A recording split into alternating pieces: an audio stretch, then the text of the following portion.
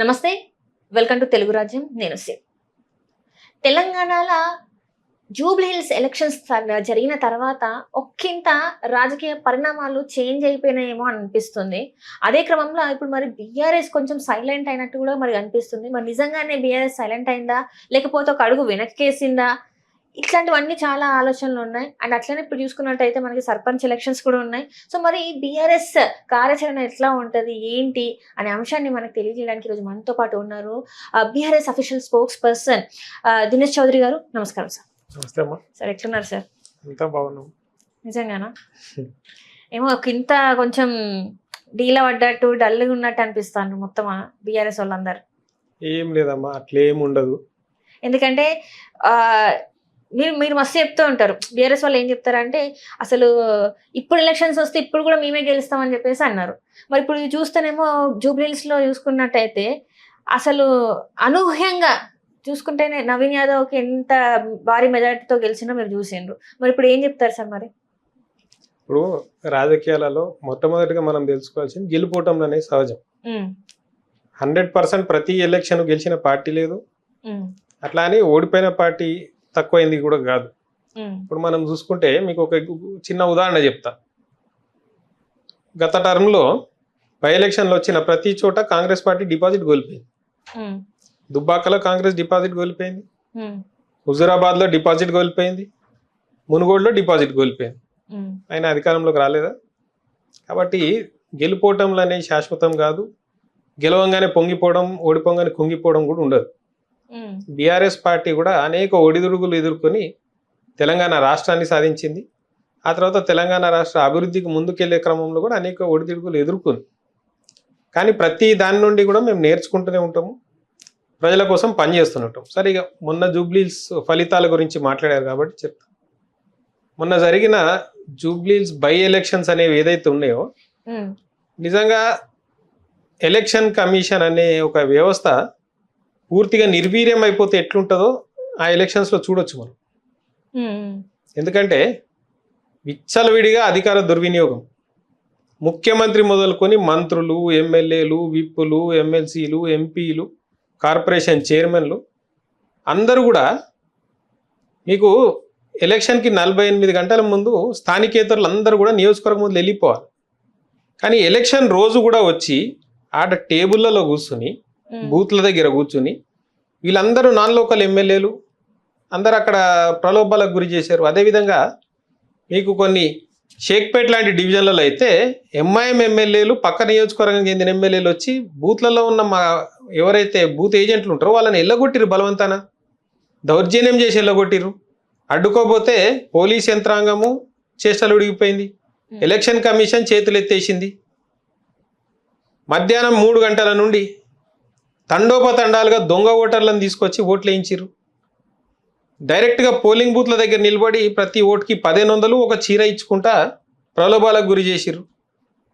ఇక ఇంత దారుణంగా చేసి ఆఖరికి మనం చూసినాం, వీడియోలు కూడా ఉన్నాయి, మైనర్లకు కూడా చేతిలో ఓటర్ స్లిప్ ఇచ్చి పంపించారు లోపలికి.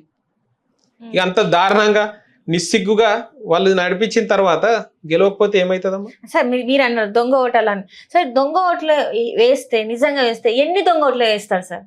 మీరు చెప్పండి. 10,000 ఇస్తారా?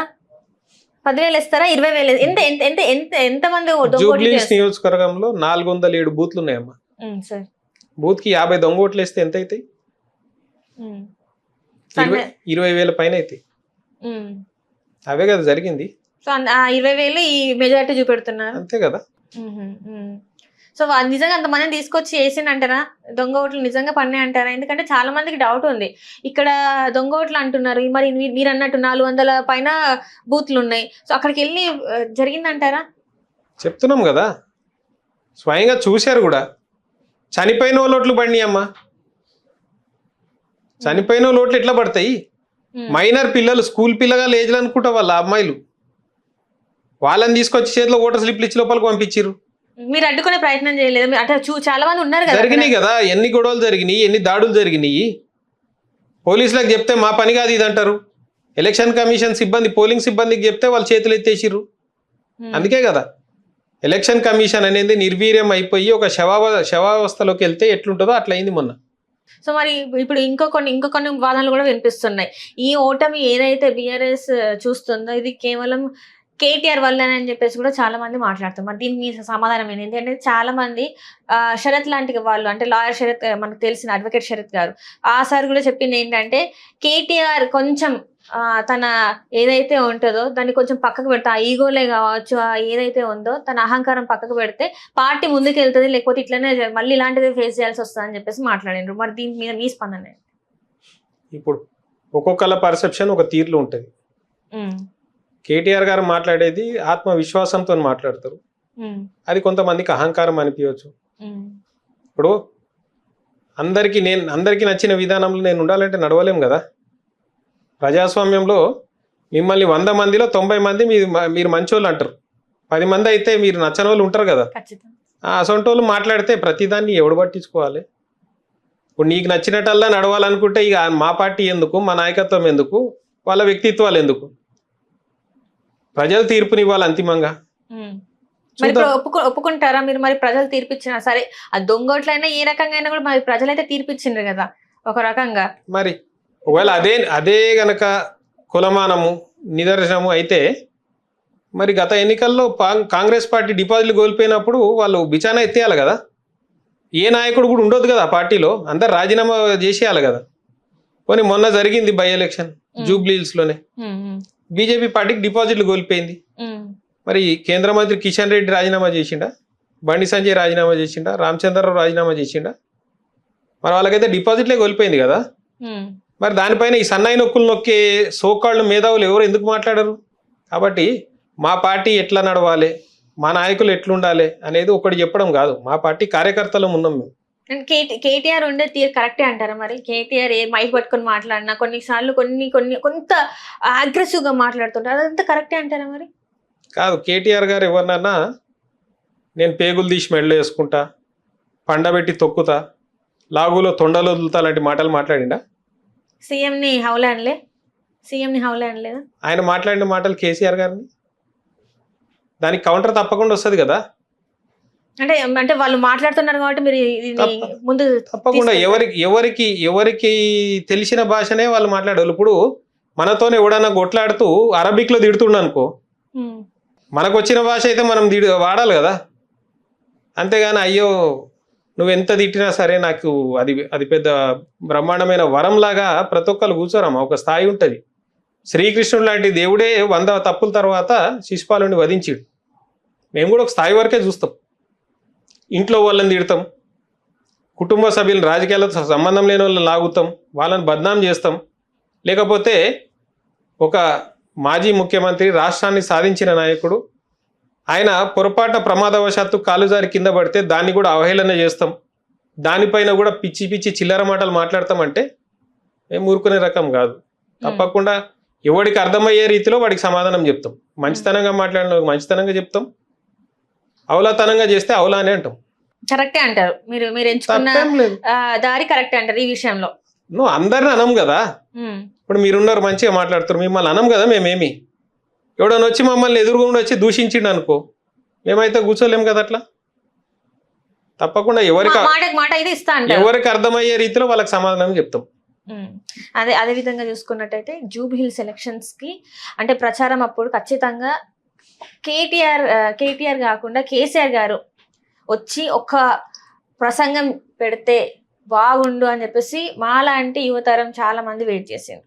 ఒక్కసారి ఆయన వచ్చి మాట్లాడితే ఈ రోజు ఒకసారి అంటే అనుకుందాం కేసీఆర్ గారు వచ్చి ఒక ప్రెస్ మీట్ కానీ లేకపోతే ఒక ప్రచారంలో పాల్గొంటే ఈ రోజు ఇటు ఉండేదేమో. ఎందుకు రాలేదు? ఎందుకు కేసీఆర్ గారు అది ఇంత గట్టిగా ఉండి ప్రజల్లోకి రావడానికి ఎందుకు ఇట్లా మొండిగా ఉన్నారు అసలు బయటికి రాకుండా? దేనికోసం అంటారు? మొండిగా కాదమ్మా, కేసీఆర్ గారు ఆయన ఆయనకి గతంలో జరిగిన ప్రమాదాలు కావచ్చు, ఇంకోటి కావచ్చు, వాటి దృష్ట్యా కొద్దిగా ఆరోగ్యం జాగ్రత్తగా చూసుకోవాల్సిన పరిస్థితి. అందుకని ఆయన తప్పకుండా ఎప్పటికప్పుడు సమీక్షించారు. పోలింగ్స్ ఏదైతే ఎలక్షన్ ప్రచార సరళి ఎట్లా నడుస్తుంది ఏది అనేది ఎప్పటికప్పుడు సమీక్షించారు, ఆయన తీసుకున్నారు. కాకపోతే ప్రతి దానికి కూడా ఆయన రారు. మీరు చూస్తే కేసీఆర్ గారు ప్రతి ఎలక్షన్కి కూడా ఆయన ఏమీ రారు. గతంలో దుబ్బాక ఎలక్షన్ జరిగింది, ఆయన ఏం దుబ్బాక బై ఎలక్షన్లో పాల్గొనలే. అట్లా చాలా ఉంటాయి. కొన్నిసార్లు ఇప్పుడు ప్రతి ఎలక్షన్కి రాహుల్ గాంధీ అయితే రాడు కదా. కానీ ఇది చాలా ప్రెస్టీజియస్ గా తీసుకున్నారు కదా ఈ ఎలక్షన్ అదే ని. అమ్మా. మరి తీసుకున్నప్పుడు చాలా ఎందుకు? మంది వెయిట్ చేసిండ్రు. అంటే కేసీఆర్ గారిని చూసి కూడా చాలా మంది చాలా రోజులు అవుతుంది ఆయన బయటకు వస్తే చూద్దామని ఎదురు చూసిన వాళ్ళు చాలా మంది ఉన్నారు. ఒక్కసారి వచ్చి మాట్లాడి వాళ్ళకి ఒకసారి కనబడితే ఈ రోజు పరిస్థితులు వేరేలా ఉండే అని చెప్పేసి చాలా మంది మాట్లాడుతున్నారు. మరి దానికి ఇప్పుడు కేసీఆర్ గారు వచ్చినా కూడా ఉమ్, జరిగిన అధికార దుర్వినియోగం, దౌర్జన్యం, ఎలక్షన్ కమిషన్ యొక్క అలసత్వం, ఉమ్, వీటన్నిటిని కూడా ఎవరేం చేయలేకపోయేటోళ్ళు. ఉమ్, కాకపోతే కేసీఆర్ గారికి కొన్ని వ్యూహాలు ఉంటాయి. వారు వ్యూహాత్మక మౌనం అనేది ఇప్పుడు కాదు, తెలంగాణ ఉద్యమంలో కూడా ఇదే విధంగా మాట్లాడారు. ఏమైపోయాడు కేసీఆర్, ఎందుకు మాట్లాడతలేడు కేసీఆర్, ఎందుకు కనిపిస్తలేడు కేసీఆర్ అనుకుంటా కూడా మాట్లాడారు. వాళ్ళు అడిగిరు కాబట్టి ఆయన వచ్చేసి ఆదరాబాదరాగా ఏది పడితే అది మాట్లాడరు. సరైన సమయం వచ్చిన రోజు తప్పకుండా వాళ్ళు అడగాల్సిన అవసరం లేదు. ఆయన ముందుకు వస్తాడు, ప్రజల పక్షాన వస్తాడు, ప్రజలకు ఏం కావాలో కూడా ఆ రోజు నెరవేరుస్తారు. అంతేగాని ఉమ్, వాళ్ళు అడుగుతారు కదా, వీళ్ళు అడుగుతారు కదా అనేసి ఆయనకు అనిపించాల్సిన అవసరం లేదు. మేము ఎంత ఫైట్ చేయాలనో అంత చేసినాం. ఉమ్, క్షేత్రస్థాయిలో ప్రభుత్వం ఎంత దుర్వినియోగం చేసిందో దాన్ని ఎదుర్కొనేందుకు మా శాయశక్తిలో ప్రయత్నం చేసినాం. ఉమ్, కానీ ఒక వ్యవస్థనే మొత్తం అంతా కంకణం కట్టుకుని ప్రజాస్వామ్యం తుంగలో దొక్కాలనుకున్నప్పుడు అందులో ఇది బై ఎలక్షన్ మొత్తం రాష్ట్ర వ్యాప్తంగా ఉన్న మొత్తం అంతా ఇక్కడే కేంద్రీకృతమైంది. అధికార యంత్రాంగం, అధికార పార్టీ యంత్రాంగం, వారికి సంబంధించి వారికి తోడుగా అసాంఘిక శక్తులు, ఇవన్నీ కూడా ప్రజాస్వామ్యాన్ని అపహాస్యం చేసినాయి మన ఎలక్షన్లో. సరే, ఒక్క బై ఎలక్షన్తోనే అయిపోదు కదా. ఉమ్, జనరల్ ఎలక్షన్స్ లాంటివి వచ్చినప్పుడు వీళ్ళందరూ ఒక చోట అయితే కూర్చోలేరు కదా. ఉమ్, అంతెందుకు మనం మాట్లాడుకుందాం. మొన్న దీనికి ముందల ఒక 3 ఎమ్మెల్సీ ఎలక్షన్స్ జరిగినాయి కదా. అవును సార్. కాంగ్రెస్ పార్టీ 3 ఓడిపోయింది కదా. ఉమ్, మరి అట్లాంటప్పుడు సోనియా గాంధీ వచ్చి సభ పెట్టేది ఉండే, గెలుస్తుండే అంటే సోనియా గాంధీ వస్తుందా? ఉమ్, కాదు కదా. పోనీ ఆ 3 ఎలక్షన్స్ ఓడిపోయింది కాబట్టి రేవంత్ రెడ్డి రాజీనామా చేసిండా? కాబట్టి ప్రతి ఎలక్షన్కి ఏదో ఆపాదించి ఏదో చేయాలి అనుకుంటే అది నడవదు. రైట్. అంటే ఇప్పుడు చూస్తే జూబ్లీహిల్స్ ఉప ఎన్నికే కాకుండా ఇంకొక 2 నియోజకవర్గాలలో కూడా ఉప ఎన్నిక వచ్చే అవకాశం ఉందని చెప్పేసి మనకి తెలుస్తుంది. ఒకటి ఖైరతాబాద్, ఇంకోటి స్టేషన్ గన్పూర్తి మనకు తెలుసు. సో ఇక్కడ అసలు మరి ఎట్లాంటిది ఉంటుంది సార్? ఎందుకంటే మరి అక్కడ క్యాండిడేట్స్ ఎవరు, ఎలా ఉండబోతుంది? ఎందుకంటే ఆల్రెడీ ఇక్కడ చూసాం ఎట్లాంటిది ఏం జరిగింది అనేది. ఇప్పుడు కాంగ్రెస్ గెలిచింది అంటే అధికారం మళ్ళీ వాళ్ళకి వచ్చే అవకాశం ఉందా, లేకపోతే మీరు దీనికన్నా అరే ఇట్లా అయింది కాబట్టి మీరు ఇంకేమన్నా తీసుకుంటున్నారా, అంటే ప్రికాషన్స్ ఏమైనా తీసుకుంటున్నారా? తప్పకుండా జరిగిన ప్రతి సంఘటన నుండి కూడా మేము దాన్ని మరింతగా ఎలా ఎదుర్కోవాలి అనే రీతిలో మేము తప్పకుండా దానికి సంబంధించినవన్నీ కూడా వ్యూహాలు రచిస్తాం. ఖైరతాబాద్, స్టేషన్ గన్పూర్ 2 కూడా ఆల్రెడీ మా పార్టీ యంత్రాంగం దానికి సంబంధించి గ్రౌండ్ వర్క్ స్టార్ట్ చేసుకుంది. అంటే క్యాండిడేట్స్ ఎవరు అనుకుంటున్నారు సార్ మరి అక్కడ? అభ్యర్థి ఎవరు అనేది సరైన సమయంలో పార్టీ నిర్ణయిస్తుంది. ఎందుకంటే బయట ఒక టాక్ ఉంది. ఎందుకంటే ఇప్పుడు బీఆర్ఎస్ డీల్ అంటే చాలా కిందికి వెళ్ళిపోయింది. ఒకవేళ ఎలక్షన్స్ వస్తే సరైన అభ్యర్థుల్ని కూడా పెట్టలేని పరిస్థితిలో ఉంది బీఆర్ఎస్ అని చెప్పేసి కూడా ఒక టాక్ వినిపిస్తూ ఉంటుంది. మరి దానికి మీ సమాధానం ఇది నిజం సార్? ఇప్పుడు ఒకవేళ మరి మీరే చెప్పండి, ఇప్పుడు 10 మంది కూడా ఒకవేళ 10 మందిని అనుకుందాం, ఈ 10 నియోజకవర్గాలలో మరి ఎలా సార్? మరి ఒకవేళ క్యాండిడేట్స్ కావాలి అంటే మీకు ఎవరు చెప్పారో కానీ చాలా రాంగ్ ఇన్ఫర్మేషన్ ఇస్తున్నట్టున్నారు. నాకు బీఆర్ఎస్ డీలా పడిపోయిందనో లేకపోతే అభ్యర్థులు ఇవన్నీ కూడా ఎవరైతే అమ్ముడు పోయిన కొన్ని గొంతుకలు ఉంటాయి, వాళ్ళకి సంబంధించి సరైన సమయంలో పేచెక్ రావాలంటే ఏం చేయాలి? బీఆర్ఎస్ మీద మాట్లాడంగానే తక్కువ అనేసి రేవంత్ రెడ్డి జూబ్లీహిల్స్ ప్యాలెస్ నుంచి వాళ్ళకి అందాల్సి అందుతాయి. అటువంటి వాళ్ళు మాట్లాడే మాటలే. ఈ రోజు కూడా తెలంగాణ ప్రజల తరపున ఎవరైనా పోరాడే వాళ్ళు ఉన్నారు అంటే అది మేమే. రైతులకు యూరియా కష్టాలు వచ్చినా పోరాడేది మేమే. సకాలంలో పత్తి పంట కొనుగోలు చేయకపోయినా వాళ్ళ పక్షాన పోరాడేది మేమే. లేదు వాళ్ళకి ఇవ్వాల్సిన బోనస్ కాంగ్రెస్ ప్రభుత్వం ఎగ్గొట్టినా వాళ్ళ తరపున పోరాటం చేస్తున్నది మేమే. సంక్షేమ హాస్టల్లో పిల్లలు చచ్చిపోతే వాళ్ళ తరపున పోరాటం చేస్తున్నది మేమే.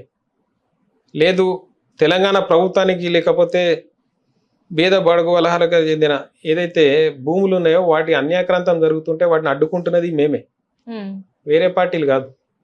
కాబట్టి ప్రజలలో ఉన్నది లేదు, ప్రజల పక్షాన పోరాడుతున్నది ఏమన్నా ఉందంటే అది బీఆర్ఎస్, వేరే పార్టీలు కావు. కమ్యూనిస్ట్ పార్టీలు తోక పార్టీలు అయిపోయినాయి కాంగ్రెస్కి, నోరు మెదపదాళ్ళు. ఎంఐఎం పార్టీ కాంగ్రెస్ పార్టీ సంకలంలోనే ఉన్నది, వాళ్ళు నోరు మెదపరు. బీజేపీ పార్టీ ఢిల్లీ మే కుస్తీ గల్లీ మే దోస్తీ అన్నట్టున్నది వాళ్ళ పరిస్థితి.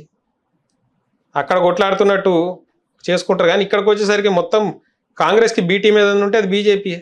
కానీ గెలుస్తుంది కదా సార్. ఇప్పుడు మొన్న చూసుకుంటే బీహార్ ఎలక్షన్స్ లో కూడా మరి బీజేపీ గెలిచింది కదా.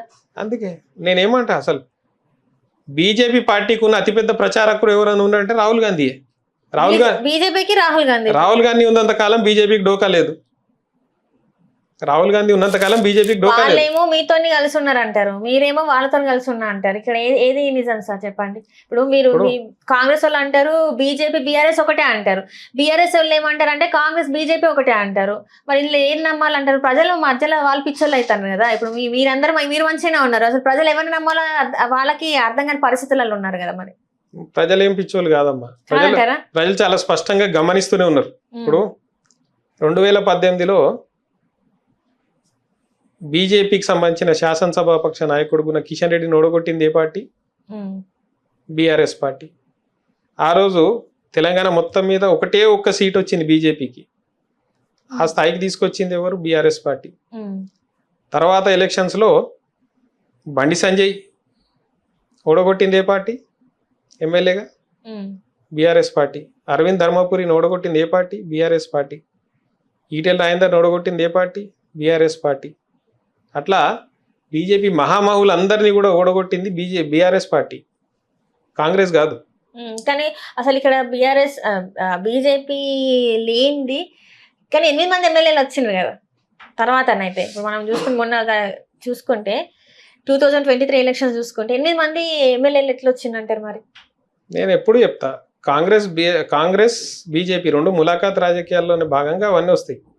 ఇప్పుడు స్వయంగా మనం చూసినాం చేవెళ్ళ పార్లమెంట్ కొండా విశ్వేశ్వరరెడ్డి స్వయంగా మీడియాలో చెప్పిండు, ఒకవేళ కనుక పట్నం సునీత మహేందర్ రెడ్డి ఇక్కడ అభ్యర్థి అయ్యి ఉంటే నాకు చాలా కష్టమవుతుండే, ఆమెను మల్కాజ్గిరి పంపించేసరికి నాకు గెలుపు సులువైంది అని. ఆ వీడియో మీకు కావాలంటే పంపిస్తాను నేను. అంటే ఎవరి కోసం ఇది జరిగింది. అదేవిధంగా అనేక చోట్ల ఎక్కడెక్కడైతే కాంగ్రెస్ బీజేపీ ఇవి రెండు మాత్రమే ఉన్న చోట్ల బీజేపీ బలపడుతుంది, బలమైన ప్రాంతీయ పార్టీ ఉన్న చోట మళ్ళీ ఆగుతుంది. ఇప్పుడు అదే చూసినాం, ఆ రోజు వీళ్ళిద్దరు కుమ్మక్కయి మమ్మల్ని దెబ్బ కొట్టగలిగారు. కానీ మొన్న జూబ్లీస్ బై ఎలక్షన్లో ప్రజలు చెప్పారు కదా, వీళ్ళిద్దరు బంధాన్ని తిరస్కరించారు కదా, వాళ్ళిద్దరు కలిసి ఉన్నారని తెలిసే కదా ప్రజలు వాళ్ళకి డిపాజిట్లు కూడా గల్లంతు చేసిరు. మేము మళ్ళీ మా పాత ఓట్ బ్యాంక్ ఏదైతే ఉందో అది రిటైన్ చేసుకున్నాం మేము. కాకపోతే వీళ్ళిద్దరు ములాఖాత్ రాజకీయాలు అనేవి ఒక టర్మ్కి నడుస్తాయి, ప్రతిసారి నడవవు. నెక్స్ట్ మళ్ళీ మీరే వస్తాను ధీమా వ్యక్తం చేస్తాను. తప్పకుండా 100%. దానికన్నా ముందు ఇవి ఉన్నాయి కదా, ఇప్పుడు ఈ ఉప ఎన్నికలు అయితే ఉన్నాయి కదా నియోజకవర్గంలో. మరి ఇక్కడ చాటి చెప్పండి, మరి మీరు జనరల్ ఎలక్షన్స్ నేను మీకు ఇంటర్వ్యూ మొదట్లోనే ఒక ఉదాహరణ చెప్పిన. దుబ్బాక, మునుగోడు, హుజూరాబాద్ మూడిట్లో డిపాజిట్లు కోల్పోయిన కాంగ్రెస్ పార్టీ అధికారంలోకి రాలేదా? మరి అట్లాంటప్పుడు మేమైతే డిపాజిట్లు కోల్పోలే కదా, మేము గట్టి ఫైట్ ఇచ్చినాం, మా ఓట్ బ్యాంక్ మేము నిలబెట్టుకోగలిగినాం. అందులో మీరు అసలు సందేహపడడానికి ఆస్కారం ఎక్కడుందనేసి నేను అడుగుతున్నా. ఇప్పుడు కాంగ్రెస్ పార్టీకి మళ్ళీ ఓటేసేందుకు ప్రజలకి ఏం కారణం ఉంది నాకు చెప్పండి. మీరు చాలా కారణాలు ఉన్నాయి, నేను చెప్తాను సార్. ఏంటంటే మీరు బతుకమ్మ చీరలు అన్నారు, ఈసారి వాళ్ళు ఇచ్చిన చీరలలో అనూహ్య స్పందన. అంటే ఎట్లా అంటే వాళ్ళకి మంచి చీరలు ఇచ్చిండ్రు, చీరలు బాగున్నాయి అని చెప్పేసి వాళ్ళు వీడియోలు. మీరు ఇన్స్టాగ్రామ్ చూస్తున్నట్లేరు, వాళ్ళు పెడుతున్నారు కదా, ఇన్స్టాగ్రామ్ చూస్తున్నట్లేరు.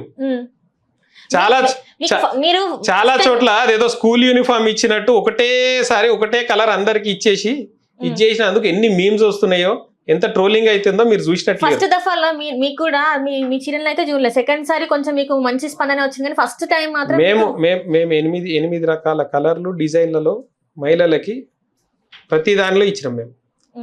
మేము బతుకమ్మ చీరలు ఇచ్చినాము, అదేవిధంగా రంజాన్ తోఫాలలో ఇచ్చినాము, క్రిస్మస్ కానుకలలో ఇచ్చినాం, అన్నిట్లో ఇచ్చినాం మేము మహిళలకి. ఈరోజు రేవంత్ రెడ్డి ప్రభుత్వం మీరు చీరలు ఏదో ఇచ్చిండు గొప్పగా అంటున్నారు. ఎంతమందికి ఇచ్చిండు చీరలు లెక్క చెప్తారా నాకు? అందరికి ఇవ్వలే అంటారా? ఇచ్చిన వాళ్ళు అయితే అందరు సంతోషంగా ఉంటారు. తెలంగాణ రాష్ట్రంలో 1,30,00,000 మేము ఇచ్చినాం. రేవంత్ రెడ్డి ఎంతమందికి ఇచ్చిండు? అంటే ఇవ్వలేదంటారా? 40 లక్షల మందికే ఇచ్చాడు. కోటి కూడా ఇవ్వలేదా వాళ్ళు? ఇవ్వలేదు. మీరు కావాలంటే సంఖ్య తీసుకోండి, ఎంతమందికి ఇచ్చిరో ఎక్కడ ఇచ్చిరో తెలిసిపోతుంది కదా. ఇప్పుడు చెప్తున్నారు కదా, ముఖ్యమంత్రి గారు చెప్తున్నారు ఆ చీరలు కట్టుకొని వెళ్ళి సర్పంచ్ ఎలక్షన్స్ లో ముఖ్యమంత్రి చాలా చెప్తాడమ్మా. ముఖ్యమంత్రి చెప్పే ప్రకారం అయితే ఆయన తీసుకొచ్చేసిండు అన్ని. బాక్రా నంగల్ డ్యామ్ ఎక్కడో ఉన్నదాన్ని తీసుకొచ్చి తెలంగాణలో కట్టిండు ఆయన. ముఖ్యమంత్రి చెప్పిండు. మరి మీరు పోయి ఒకసారి బాక్రా నంగల్ డ్యామ్ ఎక్కడుందో ఒకసారి నాకు చూపియండి, మీ ఛానల్ తరపున తీసుకుపోయి చూపియండి, నేను కూడా ఆ వింతను చూడాలనుకుంటున్నా, ఏడకెళ్ళి తీసుకొచ్చిండు ఏడగట్టిండు అని. ముఖ్యమంత్రి ఇంకా చాలా చెప్తాడు. రాజీవ్ గాంధీ సోనియా గాంధీ కొడుకు అంటాడు. మరి రాహుల్ గాంధీ ఏమైపోయాడో నాకు తెలియదు. ఇందిరాగాంధీకి భర్త పేరు ఇంకోటి ఏదో కూడా చెప్పిండు ఆయన. కాబట్టి ముఖ్యమంత్రి గారు తెలివితేటలను పట్టుకుని మీరు ప్రశ్నలు వేస్తున్నారంటేనే నాకు నవ్వు వస్తుంది. నీకు అంతకంటే ఏం చెప్తా నేను. అంటే ఇప్పుడు ముఖ్యమంత్రి గారు మంచిగా అంటే మంచి జోష్ మీద ఉన్నారు. ఎందుకంటే ఏదైతే తను సీటుకి ప్రమాదం ఉందనుకున్నది జూబ్లీ సెలక్షన్స్ తోనే ఇంకా ఖచ్చితంగా ఇంకా ఈ ఉన్న 3 సంవత్సరాలే కాకుండా రానున్న 10 సంవత్సరాలు కూడా ఆయన హయాంలోనే కాంగ్రెస్ వస్తుంది తెలంగాణలో అని చెప్పేసి చెప్తున్నారు. మరి అంత ధీమా వ్యక్తం చేస్తున్నారు అంటే ఆయన ఏదో ఒకటి లేకుండా అయితే అంత కరాఖండే చెప్పరు కదా సార్. ఆఫీస్లో పూచికప్పు లీడ తీసి ఆడబెట్టాలంటే ఢిల్లీ పర్మిషన్ తీసుకోవాలి రేవంత్ రెడ్డి. ఈ రోజుకి పూర్తి స్థాయి మంత్రివర్గం ఏర్పాటు చేయలేకపోయింది కదా. చేస్తున్నారు కదా సార్. ఎక్కడ చేసిండు? ఎంత మంది ఉన్నారో అంత మంది ఇప్పుడు ఎవరైతే ఉన్నారో వాళ్ళని ఇంకా 2 మంత్రిత్వ శాఖలు ఖాళీగానే ఉన్నాయి. ఇవాళ వరకు నింపలేకపోయిండు. ఇవాళ వరకు పూర్తి స్థాయి కార్పొరేషన్లు వేయలేకపోయిండు. మొన్నటి వరకు అంతేందుకు ఇంకా కూడా వాళ్ళ పార్టీ డీసీసీలు ఇంకా కూడా నిర్ణయించుకోలే. కొన్ని ఏది కావాలన్నా ఢిల్లీ పోవాలి కదా. అట్లాంటిది ప్రతిదీ పోయి ఢిల్లీలో జీ హుజూర్ అని చెప్పించుకుని వస్తేనే ఈడేమన్నా అవుతుంది. ఈడ కూర్చొని నేను 10 ఏళ్ళు నేనే ముఖ్యమంత్రి అంటే నడుస్తుందా? నువ్వు ఉన్నదే సీల్డ్ కవర్ ముఖ్యమంత్రి. నీ కాంగ్రెస్ పార్టీలోనే ఎంతోమంది అంటారు, తెలుగుదేశం పార్టీలో వాళ్ళ సంఖ్యలో ఉండొచ్చి ఈడ మా మీద పెత్తనం చేస్తావు ఏంది అని. అధిష్టానంకి పంపాల్సిన సంచులు పంపుతుండ బట్టికి ఉంటుండ అతను. మీరు చూసారా సార్? ఎందుకంటే సంచులు పంపడం అని మాట్లాడుతున్నారు కదా, అది కరెక్టేనంటారా మరి మీరు మాట్లాడేది? కాకపోతే రేవంత్ రెడ్డి కంటే ఇంకా సీనియర్ లేరా? రేవంత్ రెడ్డి కంటే ఎక్కువ సార్లు గెలిచిన వాళ్ళు కాంగ్రెస్ పార్టీలో లేరా? Exactly correct point sir. ఇప్పుడు రేవంత్ రెడ్డి కన్నా ఎక్కువ సీనియర్లు ఉన్నారంటే ఆ సీనియర్లు ఎవరు కూడా ఇప్పుడు రేవంత్ రెడ్డి వచ్చిన తర్వాత కాంగ్రెస్ ఎట్లయితే వచ్చిందో ఆ సీనియర్ ఎవరు కాంగ్రెస్ ని తీసుకెళ్ళి ఆ స్థాయిలో పెట్టలేదు కదా సార్. అందుకే రేవంత్ రెడ్డికి అంత ప్రియారిటీ ఇస్తున్నారు అనుకోవచ్చు కదా సార్ మనం. నేను చెప్పిన 3 ఎలక్షన్స్ బై ఎలక్షన్స్ డిపాజిట్ కోల్పోయింది Congress party. 2 Revanth Reddy PCC president ఉండగానే. మరి ఏమైంది? ఈయన హయాంలో డిపాజిట్లే కోల్పోయింది కదా. అంత గొప్పోడైతే చెప్పండి అమ్మా. అతను హయాంలో డిపాజిట్లు కోల్పోయింది 2 ఎలక్షన్స్. మరి అంత ఇదే అయి ఉంటే అతను ఏమైంది? 3rd ప్లేస్ లో ఉన్న దాన్ని తీసుకొచ్చి 1st ప్లేస్ లో పెట్టింది కదా సార్ కాంగ్రెస్ ని. అదే నేను చెప్తున్నా, కేసీఆర్ ని కొట్టాలంటే కాంగ్రెస్ బీజేపీ ములాఖాత్ అయితే తప్ప అది కాదు అని తెలుసుకునే వాళ్ళ పని చేయగలిగిర్రు. కేసీఆర్ అనే వ్యక్తి ఉంటే ఢిల్లీలో నరేంద్ర మోడీ కంట్లో నలుసులాగా ఉంటాడు, ఇక్కడ కాంగ్రెస్ పార్టీకి పుట్టగతులు ఉండవు. అందుకని ఇద్దరు కలిసి, మీరు బండి సంజయ్ మాటలు ఒకటి ఉన్నాయి, ఒక ప్రెస్ మీట్లో చెప్తుంటాడు అతను, అరే మీరు మాతను కొట్లాడతారేంది భయ్, మీరు మేము కలిసి బీఆర్ఎస్ని ఖతం చేయాలి అనుకుంటా అంటాడు. బీఆర్ఎస్ ఇప్పుడు లేదు కదా, అధికారంలో లేదు కదా. అదే కేంద్రంలో ఉంది బీజేపీ, ఇక్కడ తెలంగాణలో ఉంది కాంగ్రెస్. నేనేమంటున్నా, సైద్ధాంతిక విరోధులు, బద్ధ శత్రువులు కాంగ్రెస్ పార్టీకి బీజేపీ కేంద్ర మంత్రి పిలుపునిస్తుండు, మీరు మేము కలిసి బీఆర్ఎస్ని ఖతం చేద్దాము అని. అంటేనే అర్థమైపోలే ములాఖాత్ ఏ స్థాయిలో ఉందో వాళ్ళది. ఈరోజు అంతెందుకు, మేము అనేక కుంభకోణాలు జరుగుతున్నాయి రాష్ట్రంలో, సాక్ష్యాధారాలతో సహా నిరూపిస్తున్నాం. సివిల్ సప్లైస్లో 1000 కోట్లకు పైగా స్కామ్ జరిగింది అనేసి ఆధారాలతో సహా తీసుకుపోయి ఆ మంత్రిత్వ శాఖలో ఇచ్చినాం. ఈ రోజు వరకు బీజేపీ కనీసం విచారణకు ఆదేశించలే.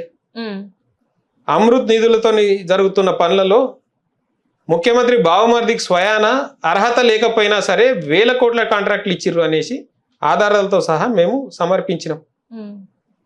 అది వచ్చేసి ఆఫీస్ ఆఫ్ ప్రాఫిట్ కిందకు వస్తుంది, కాన్ఫ్లిక్ట్ ఆఫ్ ఇంట్రెస్ట్ వస్తుంది. ఇవన్నీ ఇంతగానం కళ్ళ ముందు కనిపిస్తున్నా సరే బీజేపీ చర్యలు తీసుకోదు. ఆఖరికి కోడిగుడ్ల స్కామ్ కూడా చేసిరు వీళ్ళు, 600 కోట్ల కోడిగుడ్ల స్కామ్ చేసిరు. దాన్ని మా నాయకుడు ఆర్ఎస్ ప్రవీణ్ కుమార్ గారు కూడా సాక్ష్యాధారాలతో సహా తీసుకుపోయి ఇచ్చిరు. ఎక్కడ దానిపైన చర్యలు ఏవి కూడా మరి ప్రజలు చూస్తున్నారంటారా, నమ్ముతున్నారంటారా? ప్రజలు ఇవన్నీ ప్రజల్లోకి వెళ్ళినాయంటారా? మీరు ఇన్ని ప్రెస్ మీట్లు పెట్టి బీఆర్ఎస్ భవన్లు ఇన్ని చేస్తున్నారు కదా, మరి ఇవన్నీ ప్రజల్లోకి వెళ్ళినాయంటారా? తప్పకుండా వెళ్ళే రీతిలో వెళ్తాయి. కాకపోతే ప్రజలు వాళ్ళకి ఏదైతే అనుకూలమైన సమయం అనుకుంటారో అప్పుడు తీర్పునిస్తారు. సో ఇప్పుడు మీరే అన్నారు, అంటే మేము అనేక ప్రూఫ్స్ తీసుకొని వెళ్ళి కేంద్ర ప్రభుత్వం దగ్గరికి వెళ్ళి చూపెట్టినాం, కానీ ఎట్లాంటి యాక్షన్ తీసుకోలేదు అన్నారు. సేమ్ ఇదే ఇప్పుడు కాంగ్రెస్ మాట్లాడుతుంది. ఏంటంటే ఈ కార్ ఫార్ములా రేస్ ఏదైతే ఉందో దాంట్లో క్విడ్ ప్రోకో జరిగింది, ఎలక్ట్రల్ బాండ్స్ వచ్చినాయని చెప్పినా కూడా, ఇంత అవుతున్నా కూడా ఇంతవరకు మరి కేంద్రం నుంచి వెళ్ళి ఎట్లాంటి స్పందన లేదు. ఎందుకంటే బీఆర్ఎస్ బీజేపీ కలిసి ఉంది కాబట్టి ఇంతవరకు ఎట్లాంటి యాక్షన్ లేదు. కేటీఆర్ అందుకే ఇంతవరకు అరెస్ట్ కాలేదని చెప్పేసి మరి దీనికి మీరేం చెప్తారు సార్? మరి తలకాయలో కుజ్జులేనోడు ఇటువంటి మాటలు మాట్లాడతాడు. ఎట్లా సార్? అందులో కాంగ్రెస్ పార్టీలు చాలా సిద్ధి వస్తారు. ఫార్ములా ఈ కార్ ఏంటమ్మా రేసు? దానిలో ఎక్కడ అవినీతి జరిగింది? ఎక్కడ ముందే ఇవ్వడం మనీ ఏదైతే ఉందో అది 50 కోట్లు అనేది ఇవ్వడం జరిగింది. ఇక్కడ నుండి ప్రభుత్వ ఖాతా బ్యాంకు ద్వారా ఆ సంస్థకి పేమెంట్ చేసినాం మనం. దేనికి? మొదటి సీజన్ జరిగిన రేసు నెక్స్ట్ సీజన్ కూడా రావాలి. ఎందుకంటే ఫార్ములా ఈ రేస్ అనేది మామూలు రేస్ కాదు. ప్రపంచంలోనే ఎలక్ట్రిక్ కార్ల రేసులో అత్యున్నత స్థాయి రేస్ అది జరిగినప్పుడు ఫార్ములా రేసులకు ఏదైతే ఉంటుందో ఫ్యాన్ ఫాలోయింగ్ మామూలుగా ఉండదు. మీకు ఆ రేస్ని ప్రత్యక్షంగా ఆ రోజు ఇక్కడికి వచ్చి వీక్షించిన వాళ్ళు 30,000 మంది. కానీ వివిధ మాధ్యమాల ద్వారా టీవీలు, ఫోన్లు, లేకపోతే కంప్యూటర్స్ ద్వారా చూసిన వాళ్ళు ఎంతమందో తెలుసా? 35 కోట్ల మంది వీక్షించారు. అది 3 రోజులు జరిగే ఈవెంట్. మొదటి రోజు ఫ్రీ ప్రాక్టీస్ అంటారు, రెండో రోజు క్వాలిఫైయింగ్, మూడో రోజు రేస్. అందులో ఎలక్ట్రిక్ కార్ల రేస్. ఇది ప్రపంచవ్యాప్తంగా ఎంతో ప్రసిద్ధి చెందిన కంపెనీలు అన్నీ కూడా దీనిలో పార్టిసిపేట్ చేస్తాయి. ఆ విధంగా ప్రపంచం యొక్క మొత్తం దృష్టిని ఆకర్షించే రేస్ ఇది. అందరూ పారిశ్రామికవేత్తలు దీన్ని గమనిస్తుంటారు. అందులో పర్టికులర్గా ఎలక్ట్రిక్ వాహనాల తయారీ కానీ, లేకపోతే ఎలక్ట్రిక్ వాహనాల పరికరాల తయారీ కంపెనీలు కానీ పూర్తి స్థాయిలో దీన్ని అబ్జర్వ్ చేస్తుంటాయి, ఎవరు ఎట్లా ఆడుతున్నారు ఏంటి. అదే సమయంలో ఇక్కడ జరుగుతోంది, ఈ ప్రాంతం యొక్క విశిష్టత ఏంది, ఎందుకు ఇక్కడ పెట్టారు అనేది కూడా జరుగుతుంది. ఎందుకంటే మనకేది ఊరికే అల్లాటపాగా రాలేదు. భారతదేశంలో ఈ ఫార్ములా ఈ రేస్ పెట్టడానికి ఎన్ని నగరాలు పోటీ పడినాయో తెలుసా? ఢిల్లీ, ముంబై, బెంగళూరు, పూణే, తమిళనాడు, కోల్కతా, ఇట్లా వీళ్ళందరూ పోటీ పడినప్పటికీ హైదరాబాద్ నగరంలో పెట్టారు. దాదాపు టాప్ మన దేశంలో ఉన్న టాప్ నగరాలు అన్ని పోటీ పడినా హైదరాబాద్లో పెట్టారు.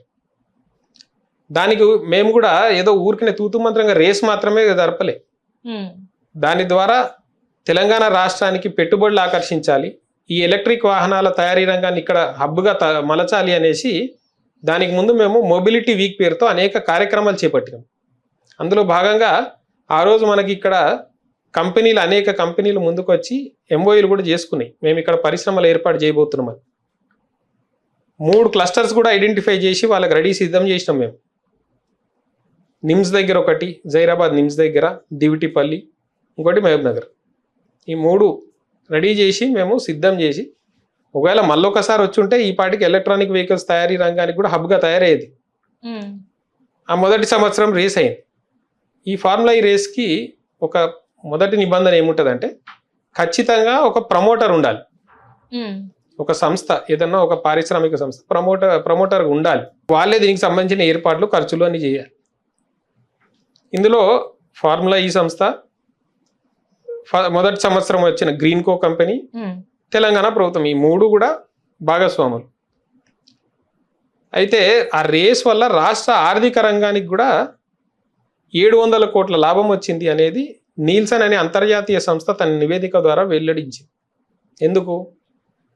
ఆ 3-4 రోజుల కోసము ఈ ఫార్ములా 1 ఏదైతే వీక్షించేటోళ్ళు బయట నుంచి వచ్చి ఇక్కడ ఉంటారో, దాని ద్వారా హోటల్ రంగానికి అనేక లాభాలు చేకూరుతాయి, పర్యాటక రంగానికి లాభాలు చేకూరుతాయి, వ్యాపార రంగానికి లాభాలు చేకూరుతాయి.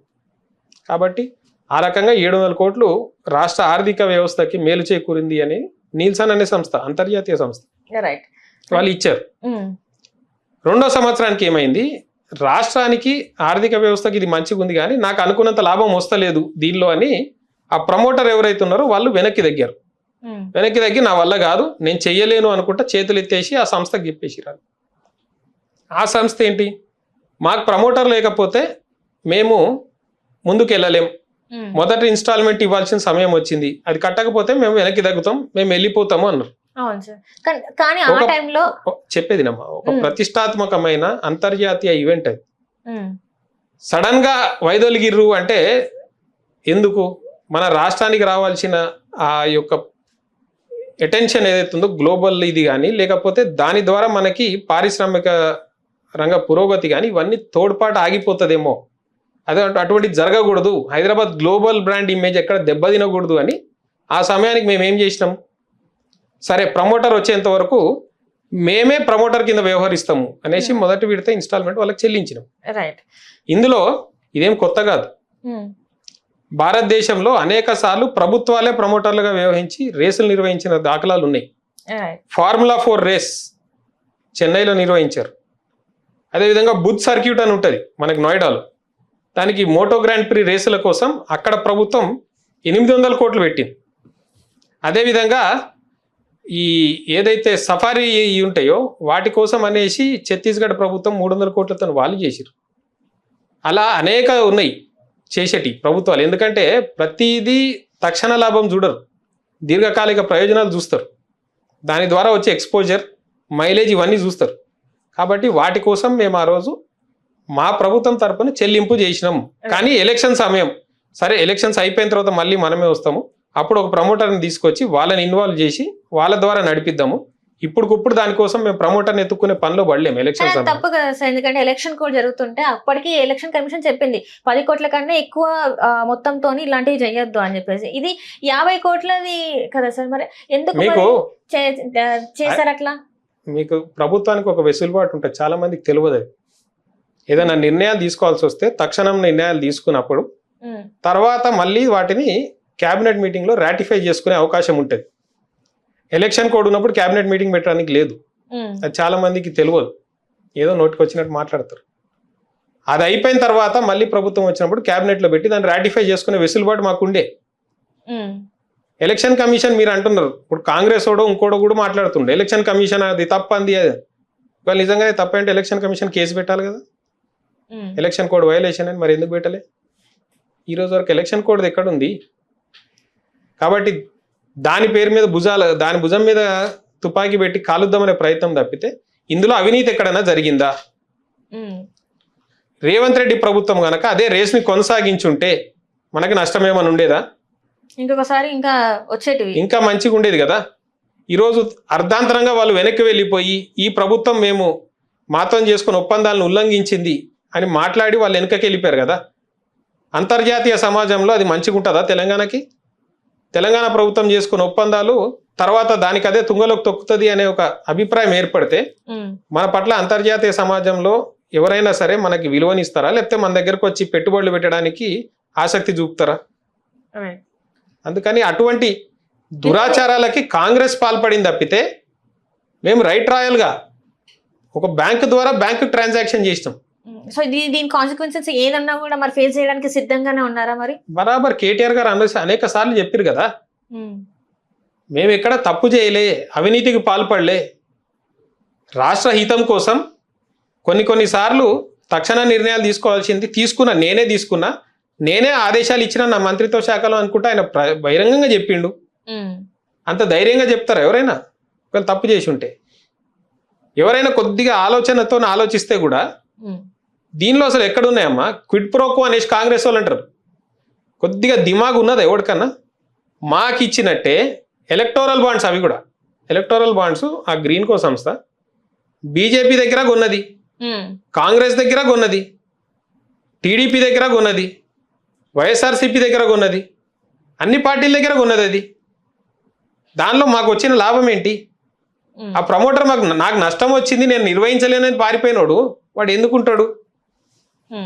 ఇదంతా మరి మీరు ఎందుకు తిప్పికొట్టలేకపోతున్నారు? మేము చెప్తూనే ఉన్నాం, ప్రజలకు అర్థమైంది. ఇది ఒక లొట్ట పీస్ కేసు అనేది ప్రజలందరికీ అర్థమైంది. నిజంగానే ఈ కేసులో ఏమన్నా ఉండుంటే ఈ రోజు వరకు ప్రభుత్వం వేసిన ఛార్జ్ షీట్ మీరు చూసారా? కోర్టుకు సమర్పించిన ఆ వాదనలో ఎక్కడైనా అవినీతి అనే పదం తీసుకొచ్చిరా? వాళ్ళు ప్రొసీజరల్ ల్యాప్స్ అంటున్నారు. ప్రొసీజరల్ ల్యాబ్స్ అనే మాట ఒక్కటే వాడుతున్నారు తప్పితే అవినీతి అనేది ఎక్కడ లేదు. అవినీతే జరగని దాన్ని మీరు దాన్ని స్కామ్ అని ఎట్లా అంటారు? డబ్బులు అక్కడే ఉన్నాయి, ఈ రోజుకి ఆ అకౌంట్లోనే ఉన్నాయి, ఎక్కడికి పోలేవు. నువ్వు గనక ఆ ఏదైతే మొదటి విడత 52 కోట్లు, మలి విడత ఇంకొక 50 కోట్లు కట్టుంటే అయిపోతుండే, రేస్ నిర్వహణ జరుగుతుండే, రాష్ట్రానికి కూడా లాభం జరుగుతుండే. నువ్వు ఖర్చు పెట్టేది 100 కోట్లు, నీ రాష్ట్రానికి వచ్చే ఆదాయం 700 కోట్లు. దాని ద్వారా వచ్చే పరిశ్రమలు, పారిశ్రామికవేత్తలు వివిధ దేశాల నుంచి ఇక్కడికి వచ్చి వాళ్ళు చూసినప్పుడు తప్పకుండా మనం దానికి సంబంధించిన పిచ్ చేస్తుండే. ఏమని? మా రాష్ట్రానికి ఇన్ని గణం అడ్వాంటేజెస్ ఉన్నాయి, మేము మా పారిశ్రామిక విధానంలో ఇంత మంచి పనులు ఉన్నాయి, లేదు ఇక్కడ మీకు స్కిల్డ్ లేబర్ ఇంతమంది అవైలబుల్ ఉన్నారు, ఇక్కడ పెట్టుకుంటే మేము మీకు రాయితీలు ఇస్తాము, ఇటువంటివన్నీ చెప్పి పారిశ్రామికవేత్తలను ఆకర్షించి పరిశ్రమలు పెట్టి దాని ద్వారా ఉపాధి కల్పిస్తుండే కదా. అవి చేయకుండా వెనక్కి మరి రేవంత్ రెడ్డి గారు వాళ్ళని ఏం అడిగిర్రో, వాళ్ళు ఏం చేయలేమన్నారో, ఎందుకు అది ఆగిపోయిందో ఆలోచించుకోవాలి ప్రజలే. అంటే ఇప్పుడు చూస్తే ఇది అంతా ఒక సబ్జెక్ట్ అయితే సార్, ఇప్పుడు మనం ముందుంది ఏంటంటే సర్పంచ్ ఎలక్షన్స్ ఉన్నాయి. సో చాలా వరకు ఏంటంటే ఇప్పుడు కూడా వాళ్ళు ధీమా వ్యక్తం చేస్తున్నారు, సర్పంచ్ ఎలక్షన్స్ లో కూడా మేమే గెలుస్తామని చెప్పి ధీమా వ్యక్తం చేస్తున్నారు. ఇప్పుడు వాళ్ళు మరి నిజంగా ఒకవేళ వాళ్ళు కరెక్ట్ ఉంటేనే కదా ఇంత, ఇప్పుడు మీరైనా నేనైనా కూడా మన సైడ్ తప్పు లేకపోతే మనం ఖచ్చితంగా నిక్కచ్చిగా మాట్లాడతాం. ఇప్పుడు వాళ్ళు కూడా అదే నిక్కచ్చి చెప్తున్నారు మేము గెలుస్తాం అని చెప్పేసి. మరి మీరేమంటారు? మీరు ఎట్లాంటిది అంటే నామినేషన్స్ కూడా చాలా తక్కువ పడ్డట్టు ఉన్నాయి బీఆర్ఎస్ నుంచి వెళ్ళి. ఇప్పుడు సర్పంచ్ ఎలక్షన్స్ విషయంలో మాట్లాడాల్సి వస్తే ఇవి పార్టీ సింబల్ లేకుండా జరిగే ఎలక్షన్స్.